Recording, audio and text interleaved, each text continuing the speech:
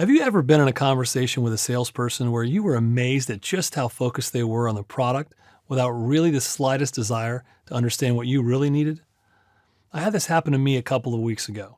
A salesperson who was selling software made a call on me.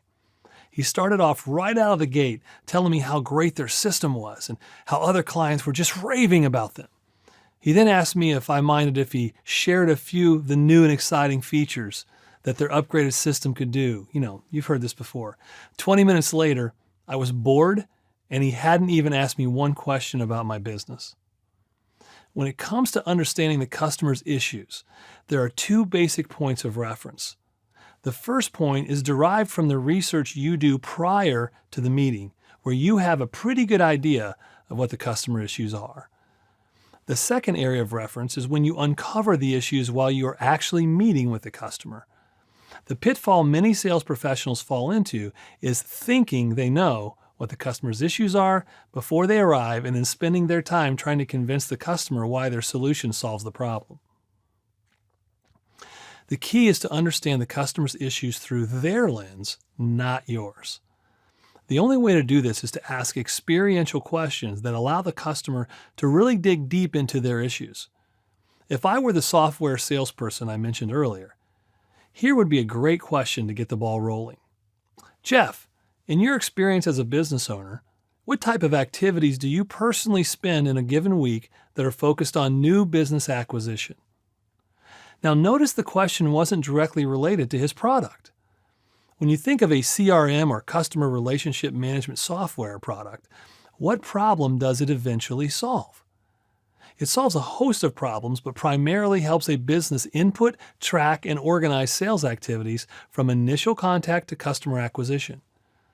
By asking me what activities I personally spend on sales, this salesperson is allowing me to elaborate on how I gain new customers. How I answer that question will give him vast amounts of potential gaps in my process that his software can eventually help with. Now let me introduce you to the easiest yet most powerful framework under the sun that will help you navigate this crucial sales success area. It's called the 4 I's. The first I is to uncover the issue. If there's more than one issue, it's very important to help the customer prioritize them. That way you can address the most urgent issues. The second I to identify is the impact the issue is having on the customer. This is where you will quantify the problem. If you fail to quantify the problem, then the customer won't have a relative comparison to value when you reveal the price of your solution. For example, if the aforementioned CRM software is shown to help convert 20% more customers per week, and I see on average 10 prospects per week, then the solution will help me gain 2 additional new customers per week. Now, if each customer is worth on average, let's say $2,000 to me, then I will gain $4,000 in new business each week or $16,000 each month just by using this software. Now you can see how important quantifying the issue is. The third I is invasiveness. This is really a subset of impact, but reaches across the customer's organization and looks for the broader impact the issue may have. For example, if I can't improve my new business acquisition, then I can't hire more people, or worse yet, I may have to lay people off.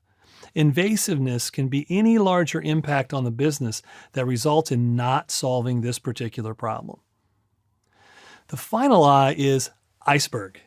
This is the giant barrier that has prevented the customer from solving the problem prior to your meeting. Generally speaking, icebergs tend to be knowledge, time, and/or budget or money. By addressing this area, you will reveal any potential objections the customer may have as to what will prevent them from moving forward with your solution. So let's put it all together so you can see the implications of how effective the framework can be. You have uncovered the main issue, which is the lack of new customer growth. You have determined that each new customer is worth $2,000 to your customer, so the impact has been quantified. You have discussed the implications of what could potentially happen if your customer fails to gain new business, like the layoffs, etc.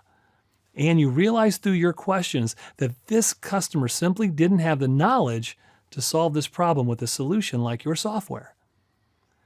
You have essentially framed up the problem in the mind of the customer as a $16,000 per month issue.